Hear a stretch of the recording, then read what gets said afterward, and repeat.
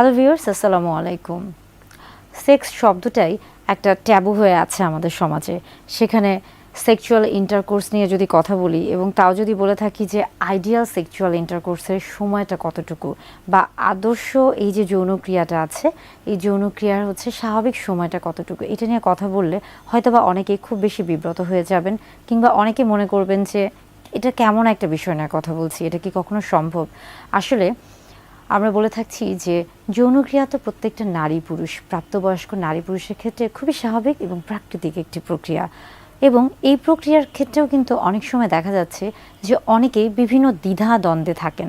অনেকেই আমাদের সমাজে এমন অনেকেই আছেন যারা এটা নিয়ে কথা বলতে চান না, আবার অনেকে আছেন যখন তারা কথা বলছেন তখন সেখানে একটা কেমন জানি একটা বিরূপ মনোভাব নিয়ে কথা বলে থাকেন, হয়তোবা একটু কেমন জানি খোঁচানো একটা স্বভাব নিয়ে কথা বলে থাকেন। যেমন অনেক পুরুষদের ক্ষেত্রে দেখা যায় যে তারা যখন তাদের বন্ধুবান্ধব বা আপনজনদের সাথে এই ধরনের কথাগুলো বলে থাকেন, তখন একজন আরেকজনকে খোঁচা দিয়ে বলেন যে তিনি তো অনেক লম্বা সময় ধরে সহবাস করেছিলেন,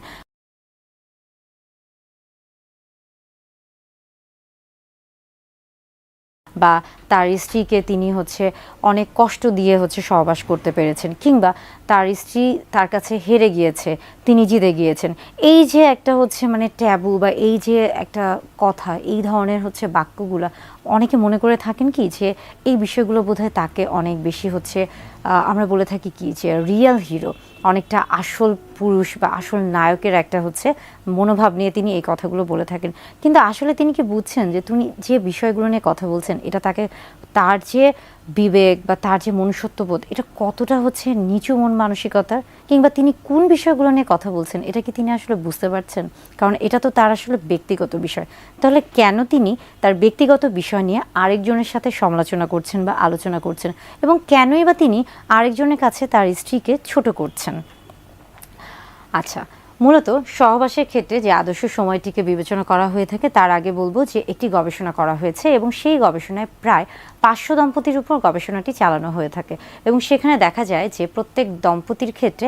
ইন্ট্রা ইজাকুলেটরি ল্যাটেন্সি টাইম, অর্থাৎ এই যে পুরুষ লিঙ্গের যোনিপথে প্রবেশের যে প্রথম যে ধাপটা রয়েছে সেই সময় থেকে শুরু করে পুরুষ লিঙ্গ থেকে বীর্যপাত হওয়া পর্যন্ত এই যে সময়টা, এই সময়টাকে আসলে বলা হয়ে থাকছে যে ইন্ট্রা ইজাকুলেটরি ল্যাটেন্সি পিরিয়ড বা টাইম। এই সময়টা আসলে মূলত এক এক দেশে এক এক রকম, এবং এটা নির্ভর করছে বেশ কিছু বিষয়ের উপর। যেমন ধরুন যে ইউকে অথবা আমেরিকার ক্ষেত্রে এটা দেখা গেছে যে অনেকের ক্ষেত্রে 10 থেকে 15 মিনিট হতে পারে, আবার সবচেয়ে কম কিন্তু দেখা গেছে তুর্কির ক্ষেত্রে, এবং তাদের ক্ষেত্রে এটা মাত্র 4 থেকে 5 মিনিট ছিল। তবে আমাদের এশিয়া মহাদেশের ক্ষেত্রে এটা কিন্তু গড়ে 5 থেকে সর্বোচ্চ 7 মিনিট হয়ে থাকে। অর্থাৎ এই যে আদর্শ সময়টা সহবাসের ক্ষেত্রে, এই যে সময়টা, এটা এক এক দেশের ক্ষেত্রে এক এক রকম হয়ে থাকে, এবং এটা কিন্তু আসলে শুধু দেশ না, এটা কিন্তু ভৌগোলিক অবস্থানের উপর যেমন নির্ভর করছে, পাশাপাশি কিন্তু